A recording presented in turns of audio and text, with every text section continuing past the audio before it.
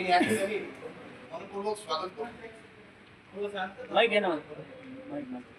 आज आपण जी पत्रकार परिषद आयोजित केलेली ही पत्रकार परिषद आत्ताच झालेल्या सर्वसाधारण सभेमध्ये महापौरांच्या म्हणण्यानुसार काही घराजवळ झाला आणि त्याच्यावरचा ठपका त्यांनी माझ्यावर ठेवला आणि तो ठेवत असताना त्यांनी मला एक कारणे दाखवा नोटीस दिली. ही कारणे दाखवा नोटीस जी आहे ती महानगरपालिका अधिनियम 1949च्या ड 2 नुसार दिलेली आहे. सर्वप्रथम मला असं म्हणणं आहे की आपण सर्वांनी एक छोटी 4 मिनिटाची क्लिप तुम्हाला दाखवतो.